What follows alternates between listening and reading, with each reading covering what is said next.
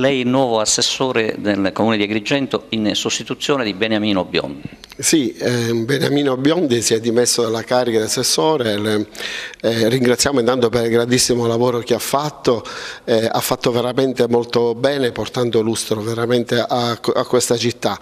Per motivi assolutamente familiari Beniamino non ha potuto continuare questa carica e il sindaco ha voluto investirmi di questa mia nuova avventura, cercando di fare bene, altrettanto bene come ha fatto l'assessore Biondi. La delega sarà la stessa o ancora non ne avete parlato? Non abbiamo parlato, sappiamo che le deleghe che aveva il dottore Biondi possibilmente saranno quelle, però avremo certezza quando ci confronteremo con il sindaco domani mattina. Comunque lei è in piena attività, già ha giurato?